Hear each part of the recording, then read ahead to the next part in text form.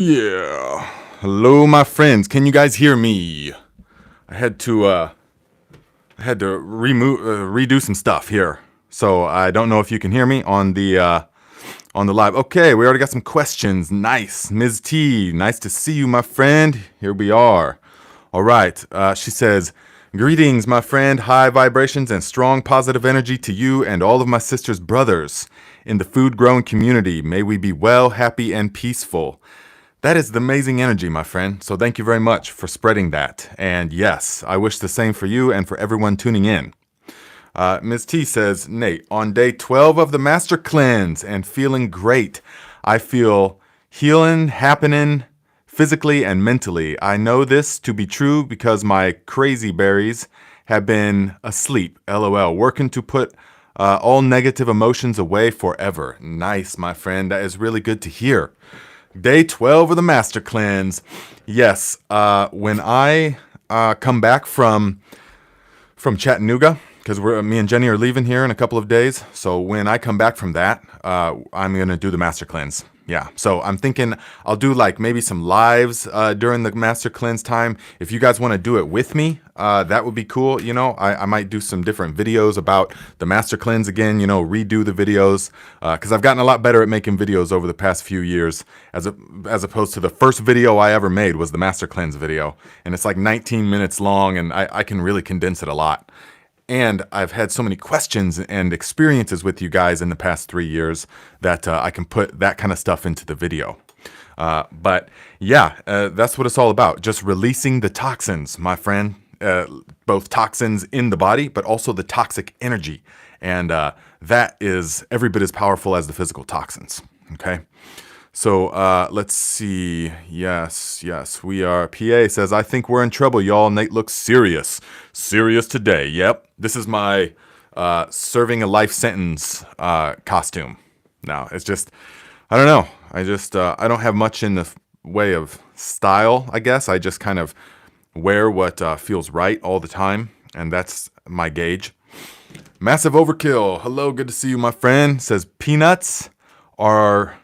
Is that the greater than sign? There's no way that that's a greater than, because that would be not so much correct, my friend. Potatoes are the ultimate, okay? Peanuts are good as well, okay? So I'm not gonna knock that, but let's have that discussion next Saturday on the live stream on the other channel, okay? I can extol to you the many virtues of the potatoes over the peanuts. But peanuts are great as well. Let's see. Ms. T says, "Did the Master Cleanse in the past once a month. The plan is 30 days this time. Been taking advantage of the sauna and also cold training." All right. I don't know. Maybe that is what is making me feel so much more beneficial. Thank you. I feel great. That is awesome, my friends. So that's what it's all about, is doing the practices, and then let the power of the practice cleanse us. Let the power of the practice cleanse us. Let it heal us. Let it invigorate our body, our mind. All of that is all possible. Remember, my friends, if you are not thriving, then something is wrong. There is something that you have, some kind of dis-ease. If you are not at ease within yourself, if you do not feel life flowing through you in a positive way, if you do not wake up in a light manner and you say, yes, another day, all right. And if you do not have that feeling, okay, then that's a feedback loop. That's a feedback mechanism of the body, all right? So you need to investigate and see, okay, why am I not thriving? But see, for most people, and I see this all over, you know, especially in Americans, they have become so accustomed to just a general background disharmony with life. Just kind of they're just kind of over it. They're just kind of over life, and they just kind of, you know, they'll just watch TV for several hours, and then they'll go to the refrigerator and do something, and then, okay, you know, they don't really have those spikes of like incredible emotion or incredible almost euphoria. I mean, this is our natural state. And it can take years to uncover this, but I'm telling you, it's possible. Okay, I know this for a fact, and this can become your de facto state, a state that is just vibrating with positivity. Yes, and yes, things still happen. Negative, what appears to be negative still happens, but you have rearranged your psyche in a way that can absorb and deflect all of that. You absorb what is useful, what is positive, and you disregard the rest. And after some time of practicing like this, you get really good at just boom, boom, letting it flow through you, just letting it flow through you. Okay? Absorbing the positivity and disregarding the rest. Don't even give it a resting place within you, the negativity whatsoever, because that is not something that you need in your life. So, Ms. P, good to see you here, my friend. So she says, I am so spoiled now by your concise statements that I start wincing and tune out other content creators that seemingly can't control themselves and ramble on and on. Yes, oh my goodness. I kind of am the same way now. Yeah, because I make videos that I like to watch, the kind. So I like to sort of get to the point, but also we are in a state, we are in a culture now, a civilization where it's the opposite of what it used to be like. It used to be to where only a select few had information, had access to information, and most of it was contained within books or handed down in stories and stuff like that. But most people they knew what they experienced right in front of them. But now we are at a point where we have an over access to information. There's information coming at us from every different angle. A lot of it advertising and billboards and flashy things and the phone and the commercials and the guy on the radio, come down to Grody Automotive and buy 4 tires and blah, blah, blah. All of that is like bombarding us. And so also then useful information. If we want to look something up, boom, 5,000 different articles, and every one of them can be confirming whatever our opinion is. If you hold the opinion that A is true, you can find scientific studies that confirm A is without a doubt true. But if you hold the opinion or the belief that B is true, you can find scientific studies that prove without a doubt B is true.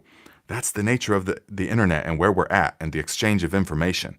And so I find that it's so important to extract, to see the simple hidden within the complex. I forget who said this. It was one of the, one of the classic great thinkers. He said, true intelligence is to see the simple hidden within the complex.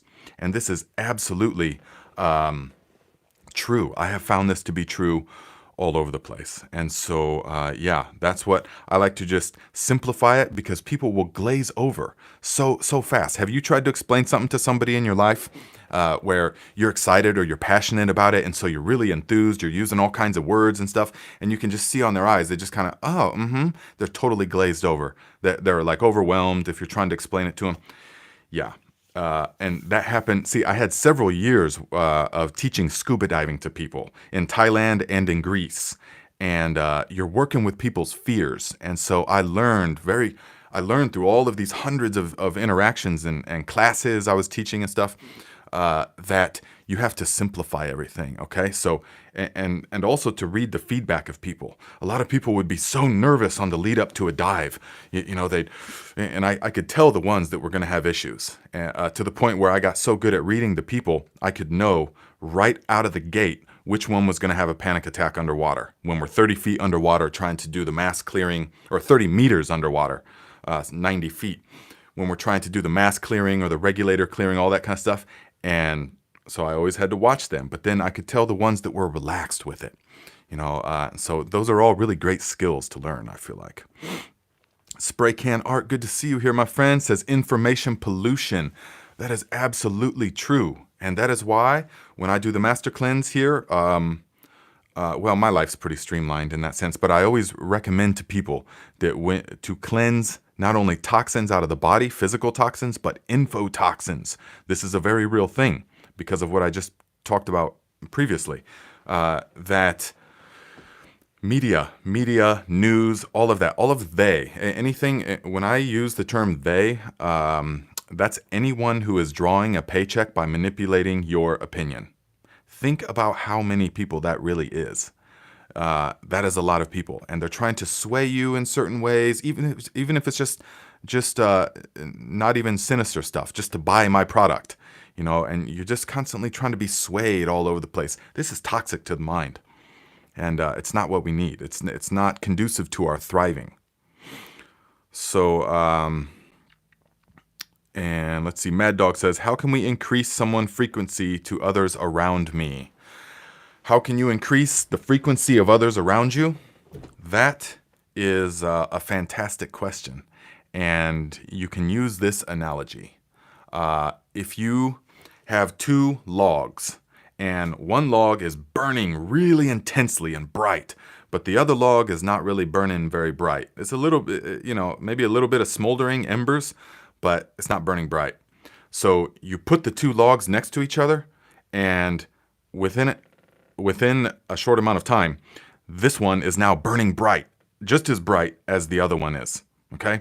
And so that is a perfect analogy with the way that humans can uplift the vibration of other humans, because we can simply become the brightest fire, the highest and most expressive version of ourself. We can become that, and then the others around us, they can't help but burn brighter. You understand the analogy? And I found this to be totally true. So there's nothing that you can do that is going to raise the vibration of someone else. You can only raise your own until it's burning so fiercely that it saturates the environment around you. And others can't help but feel it. They feel, they might not even know what it is, but they just feel positive when they're in your presence. And they want to be around you. And you will know, these are clear signs that you are raising your vibration. When animals want to be around you, animals will flock to you naturally. And people will want to be around you because they feel heard, they feel grounded, they feel validated and solid. They don't feel disrespected, because the light within you, it respects everyone and it shows respect. So all of these things are the ideal way. But trying to, okay, I'm going to do this thing so that I can raise your vibration, I found that doesn't really work like that. Okay, so until you raise your vibration that's vibrating so high that it's, like a crystal glass. If you put two, have you done this experiment when you were young in school? And you put two like wine glasses, crystal wine glasses next to each other, and you put aluminum foil over the top, and then you put some salt on, and then you start vibrating one of them, and the other one is, the salt starts dancing and stuff. This is the vibration, because due to the vibration of the one. And so that is the ultimate way, okay? And it's the uncovering of the light. The fire within is ultimately the exact same fire that is within you. And the one that would awaken in what appears to be the other person, that is going to be the same fire. And so that's what it's all about, my friends. Yes, PA says you can only lead by example. Exactly. You lead by example, and then you are like a light for everyone, and that's just the best way to be. Val, hello, my friend, says hello, Nate, and all. Happy Monday. Yes, happy Monday to you. It is super nice out, super bright, and this is how it kind of goes in my life. So everything's got to be done at once right now. A bunch of planting stuff and all kinds of things. I'm trying to still make content constantly, which is great. But then we're going down to Kentucky or to Tennessee here real soon. So that's going to be pretty cool, and I'll have lots of content for you guys. Pam, good to see you here, says to be true to yourself. Yes, to be true to yourself is to express the highest version of yourself. And so it is to go within and to find the source of the light within you. And then once you uncover this, meaning you get out of the way the opinions and the judgments and the chatter, the mental chatter, at first it can be work. But once you get that out of the way, then it just shines. And that is when people get positive. Yeah, that's right. Ms. T says, be the change you want to see. Absolutely. Be the change you want to see. Maggie says, so true. I worked on a forensic unit that I refer to the bowels of hell. I would just pulse out love. They either match it or go away. Wow, I worked on a forensic unit that I refer to as the bowels of hell. That sounds intense, Maggie.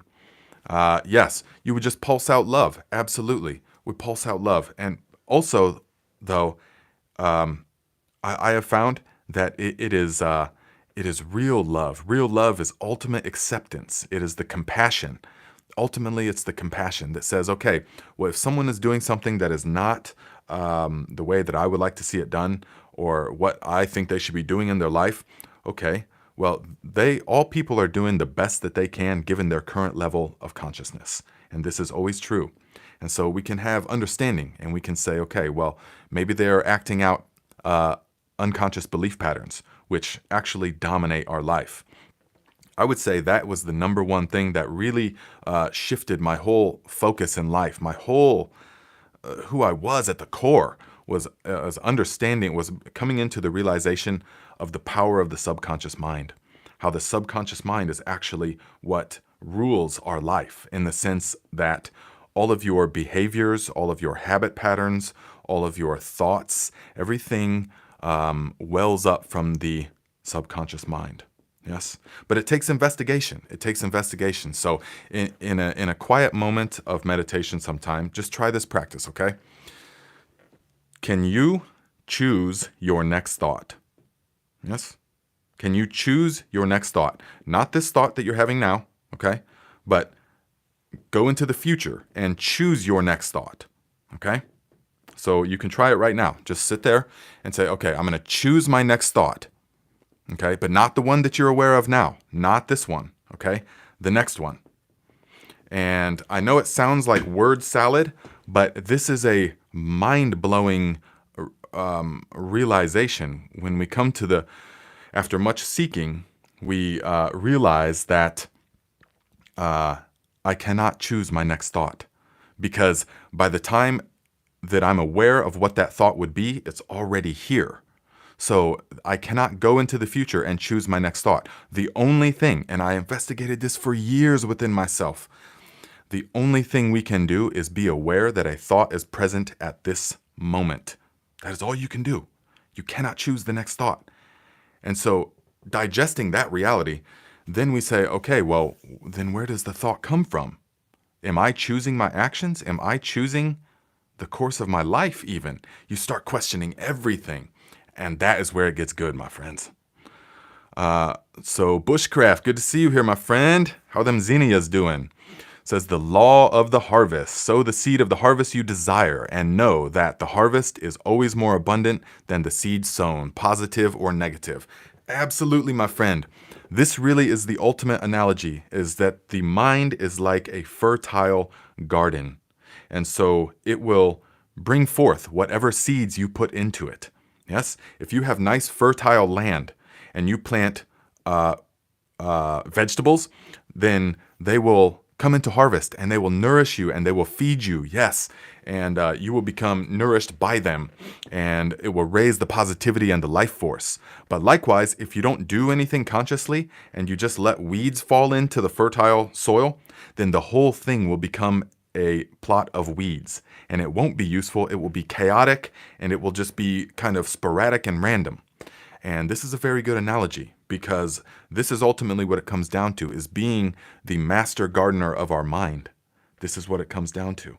So we say, okay, I'm going to create a very fertile mental landscape. And the way that I do that is by eating clean. I cleanse my body of toxins, both physical through the diet and mental through the very careful selection of what kind of media and what kind of sources are able to enter my mind.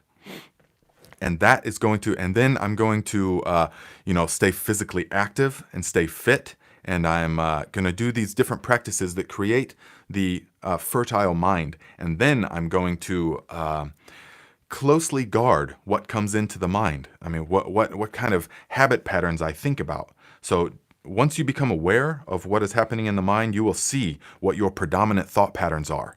Am I rehearsing negative thoughts? Am I walking around all day long? I've been thinking about an argument I had 3 days ago with somebody. Yes. Now, those are also revelations. Hello, Ursula, master gardener of our minds. That is correct. That's a very good analogy. And so once you become aware of the mental chatter that is happening in the mind, then you'll be able to see that, wow, I've been walking around carrying with me the negative energy from this person or this interaction I had yesterday or 2 weeks ago. And so you're rehearsing it, and that is essentially praying for what you do not want. That is essentially attracting to you more of the same. Because remember, a couple of chats ago, I sort of illustrated the law of attraction, which I would rename as the law of confirmation, that the external experience always comes into alignment with the internal experience. So whatever belief, and I'm talking real deep belief, whatever belief that you have in the mind, the law of correspondence will make it so that the external world corresponds to that belief.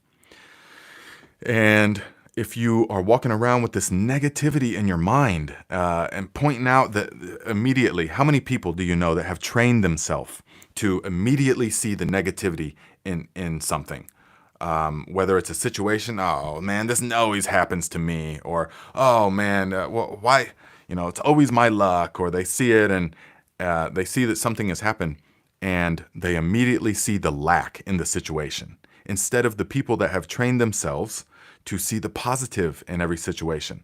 Those kind of people, more positive things happen to them and those around them.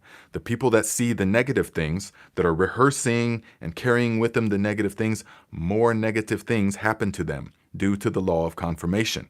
If you think the world is a harsh place and that people are idiots and that people are this and that, you will experience more of that. That is how it works.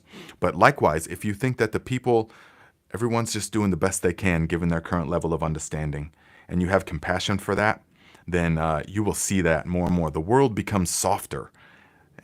It's a wonderful thing. Bushcraft says the concussion's mind has the ability to accept or reject any idea whatsoever. This is absolutely true. The subconscious mind can accept. Well, I'm not sure what you're talking about, the concussion's mind. I haven't heard of that. What is that? Is that a book I need to read or what? Ms. P says, most people don't exercise any mental discipline and easily attract negative spirits. Absolutely, that is true. And especially in this society, we are led away from mental discipline. We are led to things that keep our mind weak and soft. And this is not a personal attack to any one of you by any means, but over my life, even now I'm sounding kind of old, but over my lifetime, I have seen the weakening of people. People, when I was young, people were just stronger. They were tougher in the mind. And I know this is true. This is not just imagining this. Until now, man, and people are just soft, for the most part. So this has been happening to us. And so it's I would say it's somewhat deliberate, okay? Because you want a sort of weak, soft, confused population, because then they're going to look to you for power. If the people think that the power is, that they don't have the power, okay, then they're going to be looking for the power because they have to have power somewhere in their life. And so if you convince the people that the power is not within them, that they don't have ultimate power and control over their life, then they are going to look for the power. So then you can display to them, hey, look, here's the power in the celebrities, in the big house, or in the big car, or in the having the right clothes, or having the right relationships, or having the right, Pinterest pictures and all of this stuff. And they will forever be chasing those things because they think that's where the power is.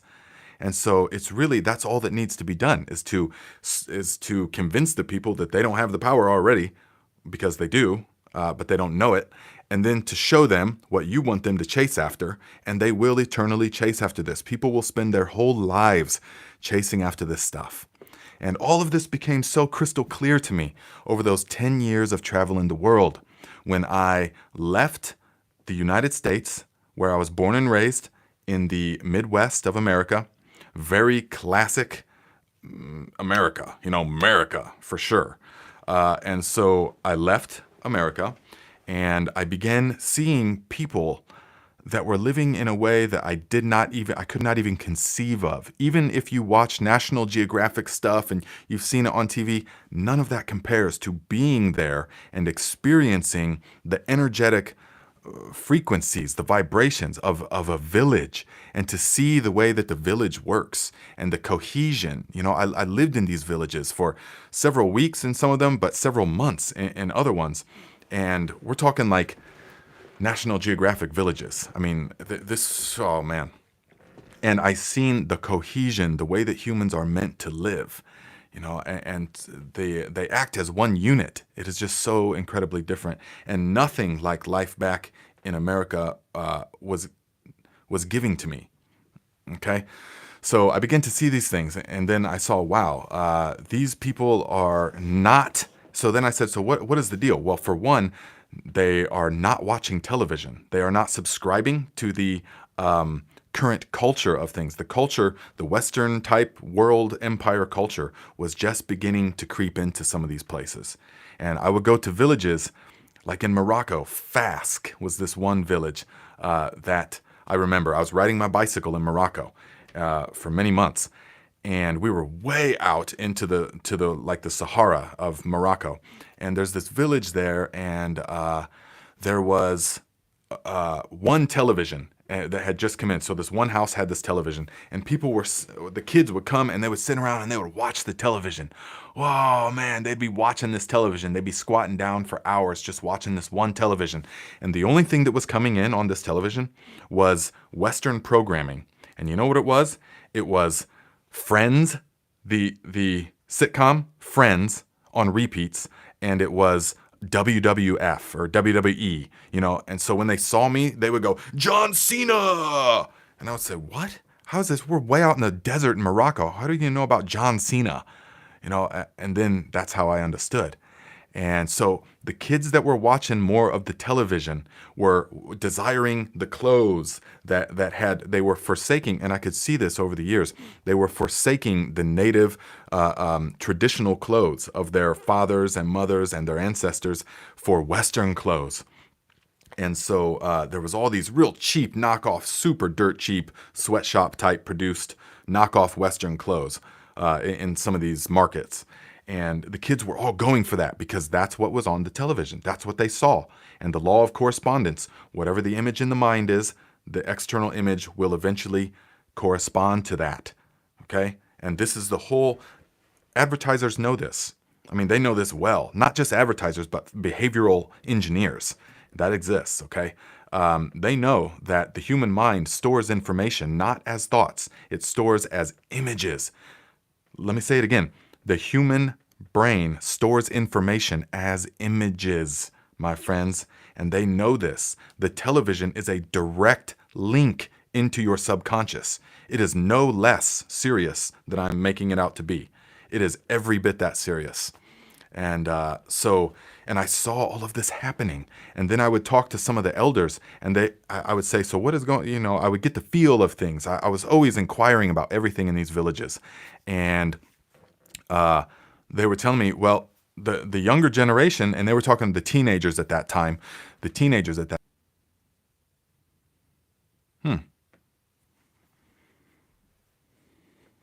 Am I still on?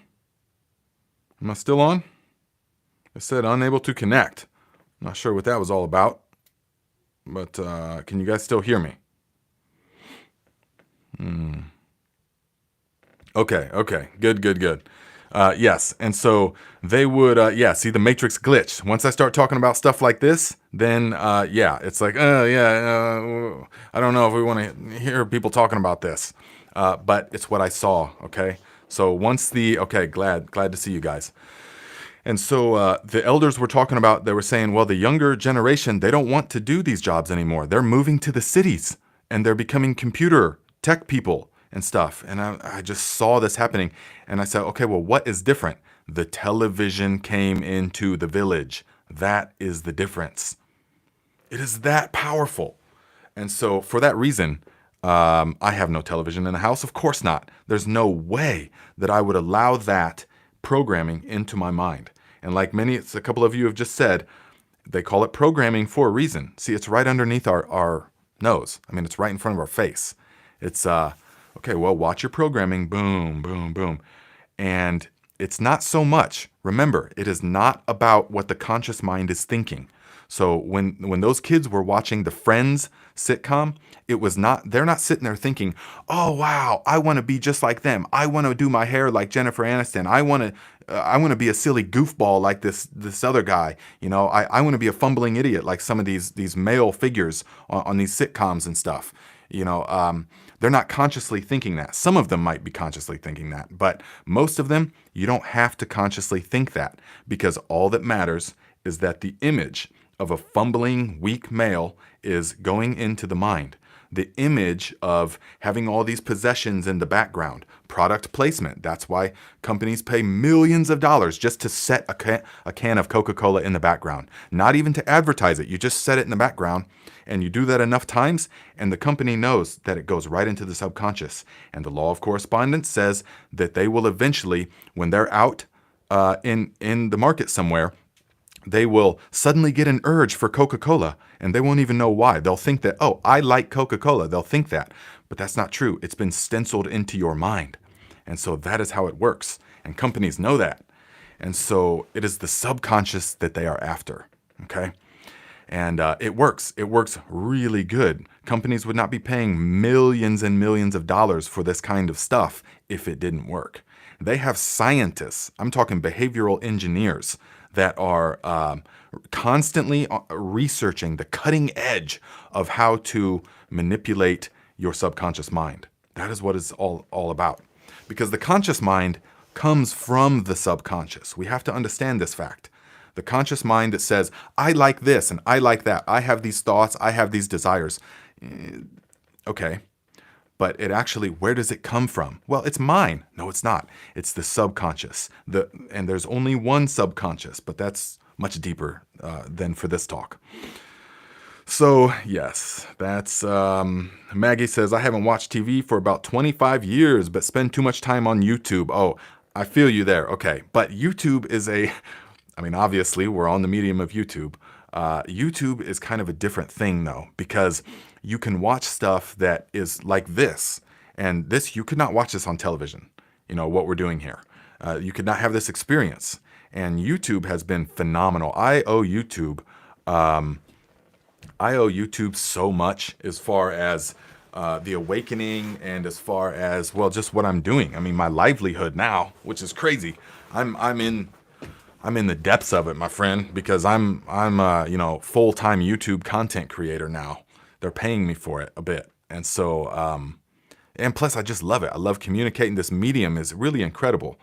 It's very different than television though, but we have to be careful at the same time. Let me recommend you get YouTube Premium, guys, for $11 a month, 0 commercials. I don't even remember when I go to people's houses and they show me YouTube and I see a commercial. I'm like, what is this? Because I haven't had commercials for over a year and a half, and it's so much less. So now when I see YouTube commercials, it's like assault on your mind, and it feels this way. It feels the same way like the television. When I go to my mom's house or someplace that has the TV blasting, in the background, and we're trying to talk, and they can just block it out because their conscious mind is focused on a conversation with me, but their subconscious is totally open to everything that's being said. I can't block it out, though, because I'm not accustomed to that. So I'm trying to talk to them, and I feel like I've got somebody screaming in my face when they're talking about, come down to Grody Automotive, blah, blah, blah, all these different things. And so you can feel the assault, guys. It does feel that way. PA says, I'm a student at the University of YouTube. That's right, my friends. I mean, as it exists right now, YouTube is just unbelievable. This is like Star Wars level technology. I mean, can you believe this is happening? That you are all sitting wherever you're at all different parts of the world. PA, I think you're in Portugal, right? I mean, people from all over the place. And we're all here now, even though it's different times where we're at, we're all here now, and we're communicating through this medium. So I don't know how long it's going to be like this, but for the time being, this is just unbelievable. And so I'm all about it. Ms. T, and they watch and learn us through everything. Social media accounts, drones in the sky, eye in the sky, etc. Definitely, my friend, definitely. You look up quantum computers, okay? Quantum computing has existed for some time now. And it is everything that goes through the internet is being fed through the quantum computer. And it is learning the psyche of the human. It is learning everything. It can translate every word I'm saying based upon facial expressions, the intensity, everything, every like that you put, everything you click thumbs up on, thumbs down, every statement that you make, all of that is being fed through the quantum computer. And it is learning. And so with enough points of data, you will be able to predict human behavior and manipulate human behavior. Okay? I mean, big time. Like, big time beyond belief. We don't even need Neuralink. We don't even need the stuff into the mind because it's already into our psyche. You see? So the only solution is to awaken. And by awaken, I mean uncover the raging inferno that exists within you. Even if you don't feel like that's true, it's true. That there is a raging inferno as the source of your being, like a nuclear reactor, like a million times more intense than the sun.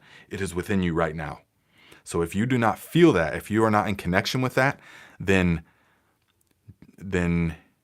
make a journey to that, because you can uncover that. And then all of that stuff I'm talking about doesn't apply to you anymore, because you will just do what you know to be right in every situation. Once you tap in, we could also call what I just described as the heart energy. And once you tap into the heart energy, it's game over. It's game over, because the heart cannot be controlled. The mind can be controlled, but the heart cannot be controlled. And the heart always does what it knows to be right in every situation without any concern whatsoever for the repercussions or for whatever. Because once you tap into the heart energy, which is the nuclear reactor, the source of your being, once you tap into this, you do not fear anything, because you know that you are ultimately immortal. That not the me, not the conscious mind me, but the light, the energy from within is the immortal self. And so you know that nothing that happens out in this realm can ultimately affect you. And so fear goes away, and just boundless love is all that is left. Just connection and compassion and generosity. That is the natural state of the energy within. Yes? Oh man. Yep. So PA says, dude, okay, Google uses your conversations, sends them to locals from your area to translate dialects for the AI. No thanks, I'll type it. Yeah, they use all that. Type it, just all of it. I mean, it's totally beyond anyone even being able to, there's no resistance. The only resistance is, like I'm saying, is awakening. Uncover the nuclear reactor within you, and then, you can't be swayed, you can't be controlled, because you are rooted at the source of your being. And so if you do not feel that way, then there are things you have to do, or that you can do, to uncover this. Okay. Ursula Winter says, quantum computers can select our next thoughts. Not quite, my friend, because still, even then, you will only be aware that there is a thought present at this moment. You can never get outside of the now. And that can be a different conversation, but you can never go away from awareness of this moment, this thought, into any other time and pick out the next thought. It can't be picked out for you either. All you can do, you are a machine of infinite awareness. And so you it's passing through you. It's the flow of energy that is passing through you. And you are aware that a thought is present at this moment. If you're lucky, you're aware of that. If you've worked on yourself, you're aware of that. Most people are not even aware that there is a commentator in the head. Can you understand this? Most people are not even aware that there is they think, because I don't know how to say it. Okay. Jennifer Lavea says, this is amazing. I caught a live. I listened to a lot of Abraham Hicks on YouTube. Have you tapped into this? Lots of this type of thing. I love it. Yes. Well, ultimately, what anyone would tap into or channel is the same fire. It is the same burning inferno within, which ultimately there is no within as opposed to without. It is all within. Everything, even what appears to be external, is all within. But that's for a different talk. But anyone who is tapped in, ultimately, and there are countless people that are tapped in, but the people that are really tapped in, it's the same nuclear reactor within me that is within them, that is within you. And so when they uncover it, depending on their cultural conditioning, it comes out in different ways. Sometimes it comes out in a religious way, depending on their cultural conditioning. I mean, I stayed with Muslims my whole time in Morocco, and I never experienced hospitality like that. It was unbelievable. Okay. Sometimes it comes out in religious forms, but sometimes it comes out in spiritual forms. Sometimes it comes out in just natural earth forms, but whatever way it comes out in, it's going to be ultimately the same source. Let's see. Ursula, can you expand more on the concept of functional telepathy of our ancient ancestors and possible practices to tend that garden in our minds now? Yes. This stems from our conversation the other day with Ursula. But yes, without getting too deep into it, that'll be a different focus, a different topic, a different chat. But yes, there was a time, my friends, when we were far more connected than we are now. Most people in the modern world think that we are in an upward trend, that we started in a state of unknowing chaos. We started in a primitive state way back then. And then we've gained more superiority over the years. And eventually we got smarter. And so we did agriculture. And then we've gotten smarter. We were in the dark ages. And then we've gotten smarter up until now. We're at the peak of human evolution right now. But that is actually an inversion of the truth. It is like this, my friends. We are not at the peak of human civilization, not even close. And it used to be countless millennia ago that we were connected on a level that most people can't even imagine anymore because we've become so individualized. We were connected on a level that did not require words for everything. It did not require pictures for everything. We existed in a ocean of felt oneness with everything. We felt one as the one cohesion. We felt this, okay? And let's see. And yes, we felt this. And so there could be communication without words. This was our natural state. And we existed like this for thousands and thousands of years, millennia. We existed like this. And then we fell from that state of grace into the individual, the thought that I am an individual separate from the one infinite, from the one whole. And so we've gotten more and more and more into that until now. Think how individualized everything is. It is beyond belief. I mean, just the Western lifestyle is all about individualization as into the tiniest little minutia of self-identification. Whatever they can get you to identify with is your prison. Do you understand? So you are ultimately the one. And so if they can get you to identify with being a tiny little human in a stressed out little life with a certain job and a certain social status, if they can get you to believe that that's all that you are, then they got you. Then you are not going to access even a fraction of your potential power. Okay? Let's see. We've got some questions here. Rachel, Successful Garden Design.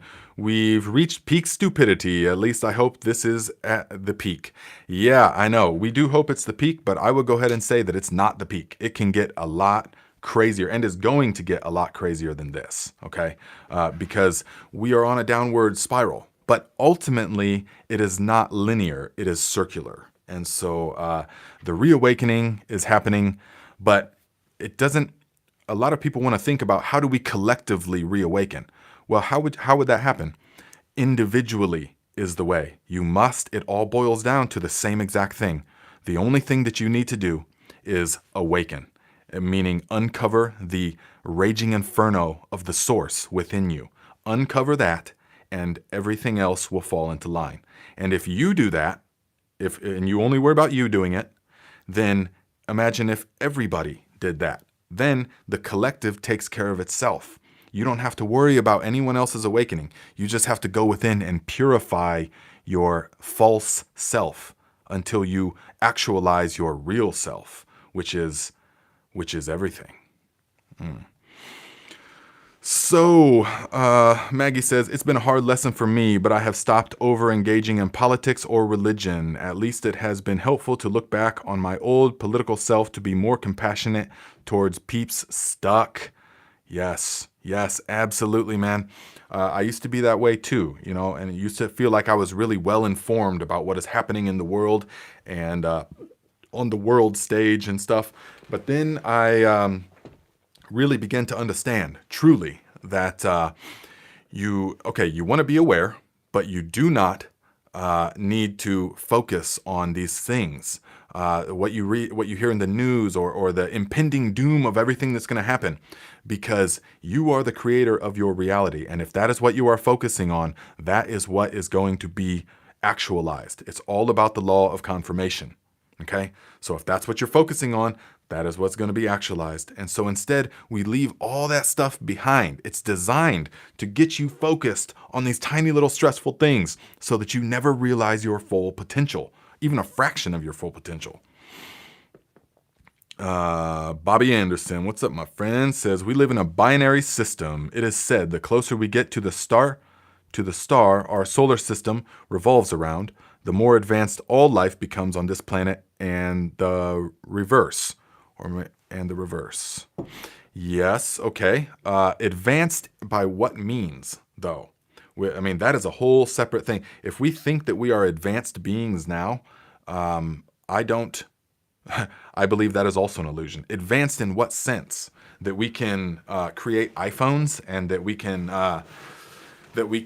build buildings and stuff that is really tall, because that is kind of insignificant compared to the powers that the ancients used to have. Totally insignificant, actually, because how happy are people? How alive do people feel? And it doesn't take long to get a sense of this. They don't feel that alive. Some of them feel dead inside without even knowing this. There's depression on epidemic scales. There's all kinds of mood and behavioral disorders on epidemic scale. So in what way are we advanced? Let's see. Oh, okay. Well, someone mentioned telepathy. Yes, I get what you're saying now. So you're not saying, okay. It is said that that's how we communicate when we are advanced. Then yes, I would consider that much more advanced, because the advanced civilization, and that's the thing, when we are looking for out into the space for advanced civilization or something, or when we even look into the past, into onto this earth, and we say, well, there couldn't be advanced civilizations previous to us, because where's all the stuff? Where's all the artifacts, and where's all the buildings? And essentially what they're saying is, where's all their trash? Because our trash from this civilization will be around for millennia. Trillions of years. And that's an exaggeration, but our trash will be around forever. And so we automatically impose that type of system onto the ancients. And we say, well, where's all their garbage? Where's all the junk? But a truly advanced civilization, they would understand the parameters of the system that sustains them. They would understand that they are a product, they are an expression of the ecosystem that sustains them. We are not separate from the earth in any way. We can't possibly be. We are the earth. We are an expression of the earth. We are the soil, rearranged and animated with the breath of life for a short little brief amount of time, and then poof, we go back into the soil. Okay? And so that is our true nature. And so why would we do an advanced civilization would never do anything that would destroy the system that sustains them. They would never create plastic of any variety.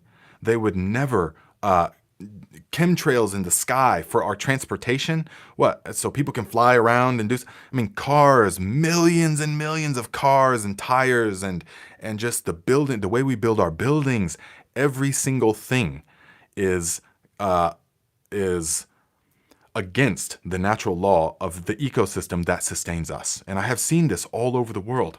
And I know this to be true. And so that is the mark of an unintelligent civilization, because no matter what, our soils are becoming poisoned.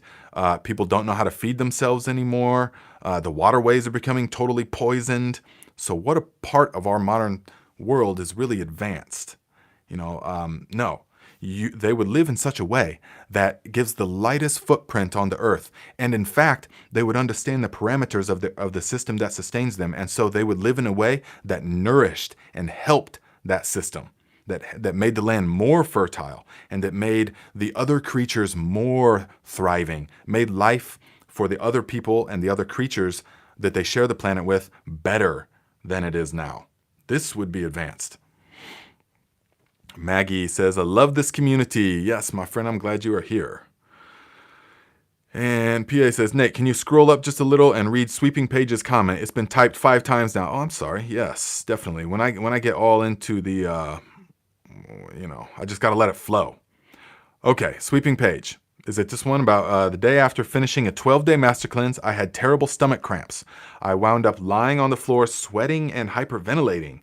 Then it was suddenly over and I was fine. Seen this before?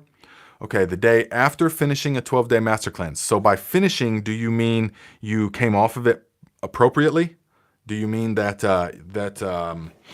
you, and Sweeping Page, I think that you gave me a donation last time on the other channel and I didn't acknowledge it. And I saw that after the fact, so I wanted to say thank you very much. I think so, right? I just wanted to say thank you. But yes, after the master cleanse, if you came off of it properly, then yes, you will have nothing to worry about. So, but if you're coming off it, if it's like the orange juice, then a lot of people can have trouble with the orange juice day. Yes, that is why when I do it slightly different. Okay. When I come off the master cleanse, I do it a bit different. Let's see. Oh, I did not give you a donation. Oh, no, you do not have to. I was not saying it like that. I just thought that it was your name, but it's okay. Don't worry about it. It did me very well to nibble on pineapple, papaya, and mango. Yes, and that's the way that I suggest to come off of it personally, even though that's not the way that Stanley designed it. But I don't think there was access to papaya, mango, and bananas as much back in the 40s and 50s. But that's how I come off of it, is cramps were the day after the vegetable soup. Yeah, that just means that you pushed it a little bit too hard because the body has become in a state where it shuts down the digestion. And so the fiber from the vegetable stew and stuff, it was just a little bit of restarting pains. That's really all that boils down to.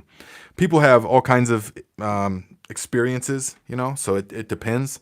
It depends on what you ate and how your system was, but I wouldn't worry about that. I don't think that that's anything. So long as you did it properly, that's not going to be an issue. I mean, you feel fine now, right? I mean, you started back up, yeah? So, okay. And let's see here. What are some of the other questions? Thanks for mentioning that, PA.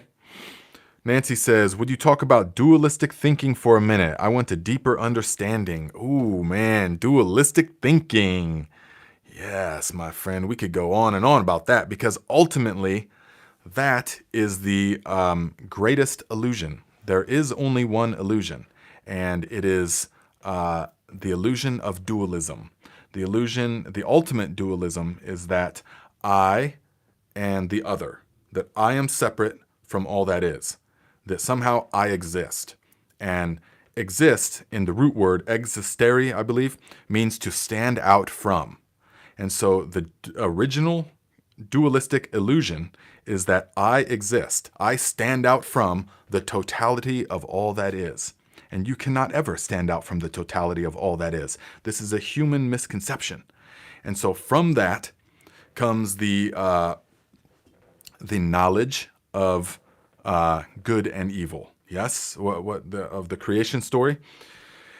And so dualistic thinking is the thought, okay, good and bad. This is a very human thing. This is what makes us human, is that we think in dualistic terms. We think, okay, this is good as opposed to this which is bad. And so we don't see that these two things are actually one and the same. They're just what would be considered opposite ends of the same thing. So if we had good here and bad here, okay, it doesn't even matter to what degree of the good or the bad it is, it's still going to be the same exact thing. They're just opposite ends of the same thing. And so it is the belief that, well, it's hard to switch gears like that, actually, because I have so many things I want to say about that. But let us talk more about that next time. Okay, we'll talk more about that next Monday, because I want to give you some more background, some more examples. That's a bigger topic I want to digest. Yeah, because I want to like lead into some things with that. So. Let's see. Mom General says, question from the mom's computer. Inquiring minds need to know. Mom's computer's here? Oh, let's see here. Where is she? And inquiring minds need to know. Let's see. Mom's computer. Looking for you. Looking for you. Val, don't you want to know too? Okay, no, must be a different one. So let's see here. Okay, Mom Computer. Got it. Glad to see you here. Says, total change of topic for a minute. Did you ever tell us who won the best dish cooking contest during Christmas? Ha! That's so funny. I'm curious. Which dish won? That's funny. The best dish, well, it wasn't mine. Yeah. So the best dish, oh man, I forget exactly which one it was this year. Yeah, I forget. At Christmas, yeah, they were all so good though. Oh my goodness, it wasn't my mom's. You know, she didn't win this year, but it was like my cousin's, and I forget exactly what it was. You know, but also at my grandma's birthday, we had another thing. We were supposed to cook a dish that reminds you of grandma, something that she used to cook, and so we all tried to replicate it and stuff, but. My grandma used to cook cabbage on New Year's Day. She used to cook cabbage and then put dimes in it. I mean, actual dimes, money. And I used to think that was so cool when I was like a super young kid. And I would just get so much cabbage and I would seek out the dimes. It was just so special. But then as I got older now, I was putting dimes in the cabbage and I was like, this doesn't feel right. This doesn't feel, what is the purpose of the dimes? You know, and then I asked Grandma, so where did that come from? You know, thinking, oh, that's going to be, you know, she's going to say, well, her great grandma used to do it and blah. Grandma's like, nah, I don't know. I don't know where that came from. I was like, well, okay. Well, it still reminds me of you. And everybody laughed. So is that the question that you were wondering? So, yes. Okay. What is this? Bushcraft says, your now is an inside job. Guys, there is only the now, which is kind of mind-blowing. And that's really where where it starts. That is really where the realization of the now begins, with the cessation of time. We'll get into this more next time. So next time we're going to talk about dualistic thinking, and we're going to talk about the now. Okay? And I'm going to lead you into a kind of thought exercise, kind of a thought journey, so that you can experience this, okay? The fact that all there is now. You will never experience a time that is not now, okay? So you have that to look forward to for next time, my friends. So let's see, we got 2 minutes left. Sweeping Page, appreciate you answering my question. I've been hesitant to try the Master Cleanse again. Time to order more maple syrup. Guys, I'm doing the Master Cleanse as soon as I come back from the garden consultations in Tennessee, and I'm going to do a collaboration with Pinball Preparedness. I'm going to stop by his place and maybe do an interview on his channel, which is cool. It's all about the collaborations. So Pam says, there is nothing either good or bad, but thinking makes it so. Shakespeare. Oh, I didn't know that he said that, but yes, see, he was tapped in. He was tapped into the understanding that the sum total of all things is zero. And this is totally transformational when it's realized, when it becomes a reality for you. Simple way to make butter. Very simple. You can just put raw heavy cream into the blender. It doesn't even have to be raw, but you can just put heavy cream into the blender, turn it on low, and just let it go, and it's going to eventually thicken up. And then you can rinse it out. You can take the glob out, and you can kind of rinse it out a little bit into the water to kind of purify it more. But that's a very simple way to make butter. And yeah, so Ursula says, dimes in the cabbage. Get the kids excited about greens. Yeah, I guess that's probably is what it was. But I was making mine, in my opinion, way better than grandma's. Grandma's was just boiled cabbage and salt with dimes in it. And mine was like sauteed garlic and onions with a little bit of brags on it, you know, and then maybe some chives from the garden and all that kind of stuff. So yeah, it was much better than grandma's, but don't tell her that. So, okay, guys, yeah. So like I said, I'm going to be doing the master cleanse when I come back. So if you guys want to do the master cleanse with me, that would be cool. We could do even like some live chats during the time. We could do maybe, like I said, I'll redo the master cleanse videos. It always feels good to do it together. So yeah, I'm going to do a 10-day cleanse, getting ready. And then at the end of it, boom, I'm going to shave this whole beard off. Look at that. That's all the farther down my face actually comes, is like down to here. So I'm going to shave this stuff all off. I'll be looking like a little schoolboy. Not really, but okay, my friends. So this is awesome. Thank you very much for stopping by. And if you guys got questions, if you're watching this after the fact, if you got questions, put them in the comments below. I will try to answer them next time. But next time we're going to talk about dualistic thinking and the now, time, the ultimate illusion. Okay? So give the video a thumbs up and I will see you in the future, my friends, even though there's only now.